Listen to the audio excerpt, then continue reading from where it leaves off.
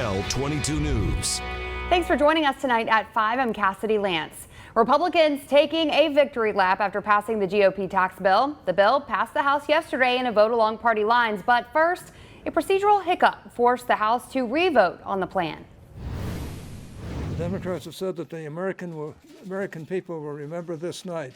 I hope they do. This country will be moving forward again. After passing the first overhaul of the U.S. tax code in 30 years along strict party lines, but Democrats still attacked the $1.5 trillion bill for disproportionately helping corporations and wealthy Americans. This tax cut it causes a huge budget deficit to give money to the wealthiest people in the country, creates a huge hole in the budget. And who's going to fill the hole in the budget? Not the lobbyists walking in and out of Senator McConnell's office 100 feet down the hall.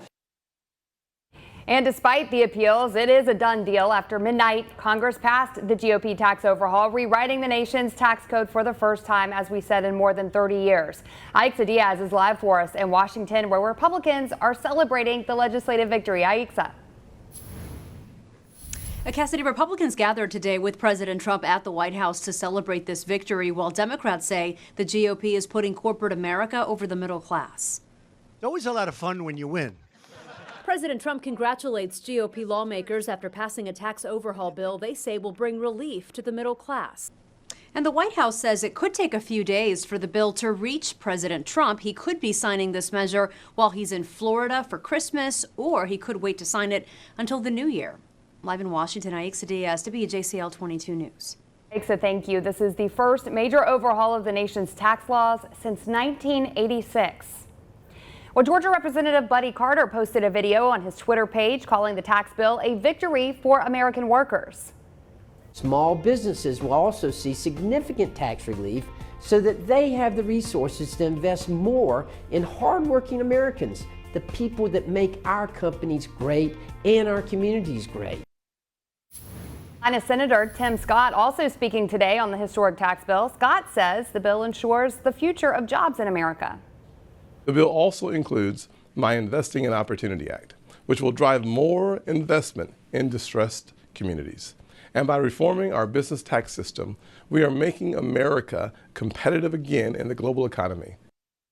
Well, despite House and Senate Republican promises of a bright future under this new tax bill, the public remains skeptical. In a CNN poll, only 33% of voters are in favor of the new bill. Well, make sure you stay with WJCL for more on the tax overhaul. We will update you on air and online at WJCL.com. Our news app is free in the Google Play and Apple app stores.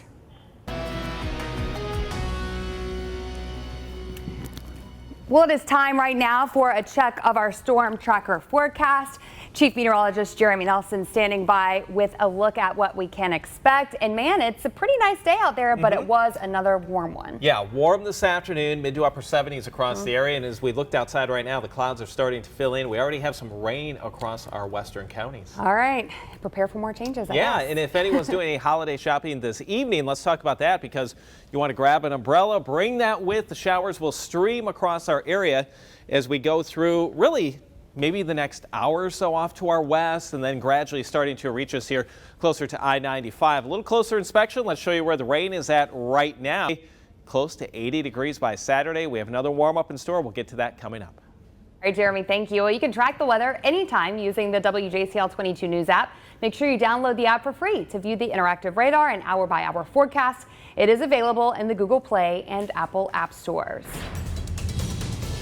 Well, right now, the NTSB is investigating the cause of an aircraft crash at the Ridgeland Airport. That crash happened around 5 o'clock last night. Ridgeland Fire Department officials tell us a single-engine Cessna crashed into a hangar at the Ridgeland Airport. They say it may have experienced trouble taking off. Now, nobody was inside the hangar at the time, and neither of the two people in the plane were hurt. Officials say the hangar did have some minor damage, but the airport is operating as normal. Well, we are learning more about the human remains found on Rivers Bend Court in Savannah. Officials tell us they are working to identify the bones. Now, they were found around 320 off Whitfield Road. For hours, police combed through the wooded area where the remains were found. Investigators believe it could be the body of a man reported missing earlier this year. Now, the coroner tells us a positive ID could happen in a week or could take as long as several months. First, they will make an ID, then assess whether or not a crime was committed. Neighbors told us that area is often used to walk dogs, and it's a place where kids play. Well, as we learn more, we will update you on air and online at WJCL.com. Metro Police also investigating a shooting last night after a woman showed up at the hospital. That victim tells investigators it happened near the intersection of Anderson Street and Habersham Street around 11 o'clock. Now, she is expected to be okay. If you know anything that can help investigators, you are asked to call Crime Stoppers at 912-234-2020. Well, right now, a local group of pastors have pledged to fight back against violent crime in Savannah. Tonight, they are holding a prayer vigil on Savannah's west side. And WJCL's Steve King, he joins us live now from 35th and Burroughs with a look at tonight's vigil. Steve. Okay, well, I'm here at God's Temple of Praise Baptist Church here in West Savannah, where the Savannah Alliance of Pastors is currently meeting. If you take a look right now, we're going to actually walk over so we can hear what they're saying right now. But right now, the group of pastors is praying for an end to gun violence in the city. Let's take a listen. If your people who are called by your name will humble themselves, pray, seek your face, and turn from their wicked ways. Tonight on WJCL News, but for now, reporting live from Savannah's west side, Steve King, WJCL 22 News. All right, Steve, thank you. Well, the Savannah area of pastors plans to present possible solutions to city, county, and state leaders at a future time. Well, new tonight, millions of kids across the county are insured through CHIP, the Children's Health Insurance Program. It's public health funding for kids whose families don't qualify for Medicaid but don't make enough to afford private health insurance. Well, now that program is in jeopardy. WJCL's Tori Simkovic is live in Savannah with what it might mean for our community. Tori, what can you tell us? Well, Cassidy, here in Georgia, the CHIP program is called Peach Care for Kids. More than 130,000 kids throughout the state are insured under that program. And in fact, as this happens, some states, families in some states are already receiving letters notifying them that they will no longer be insured. Reporting live in Savannah tonight, Tori Simkovic, WJCL 22 News.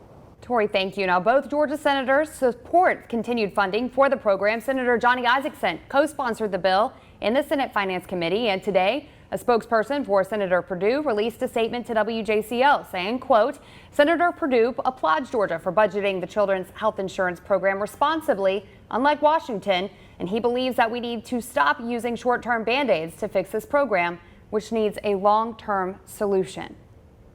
Well, still ahead for you at 5, new information about the deadly Amtrak crash in Washington state. Those victims now being identified and why investigators say the conductor could be at fault. Plus, the first ever early signing period is underway for high school football players. We're going to tell you where some local players will be hitting the gridiron. And we are tracking rain for this evening. I'll show you when rain ends and look into the Christmas forecast coming up.